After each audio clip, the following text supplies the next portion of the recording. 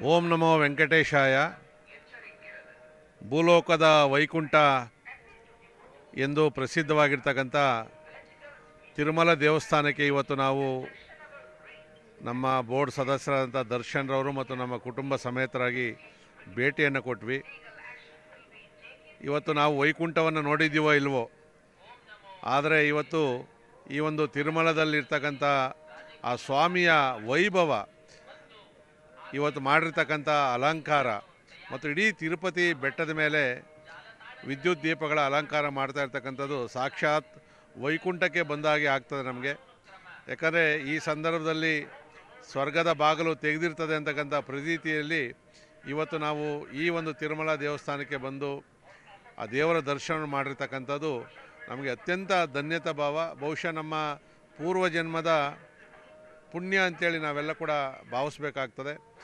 ಇವತ್ತು ಯಾರು ಈ 10 ದಿನಗಳ ಕಾಲ ಈ ವೈಕುಂಠ ಏಕಾದಶಿಗೆ ಬಂದು ಈ ಸ್ವಾಮಿಯ ದರ್ಶನವನ್ನು ಮಾಡ್ತಾರೋ ಅವ್ರಿಗೆಲ್ಲರಿಗೂ ಕೂಡ ಸ್ವರ್ಗ ಪ್ರಾಪ್ತಿ ಆಗ್ತದೆ. ಅವ್ರ ಮಾಡಿರ್ತಕ್ಕಂಥ ಪಾಪಗಳ ಪರಿಹಾರ ಆಗ್ತದೆ ಅಂತಕ್ಕಂಥದ್ದು ನಮಗಂತೂ ಕೂಡ ಅತ್ಯಂತ ಒಂದು ರೀತಿಯಾದಂಥ ರೋಮಾಂಚನವಾಗ್ತಾಯಿದೆ.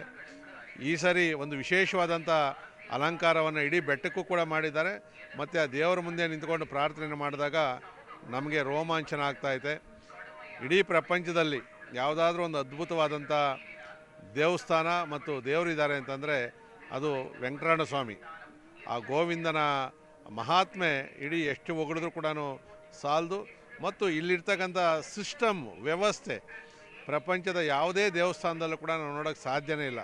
ನಾವಂತೂ ಈ ದೇವರ ದರ್ಶನವನ್ನು ಮಾಡಿ ಕೃತಾರ್ಥರಾಗಿದ್ದೇವೆ. ಓಂ ನಮೋ ವೆಂಕಟೇಶಾಯ.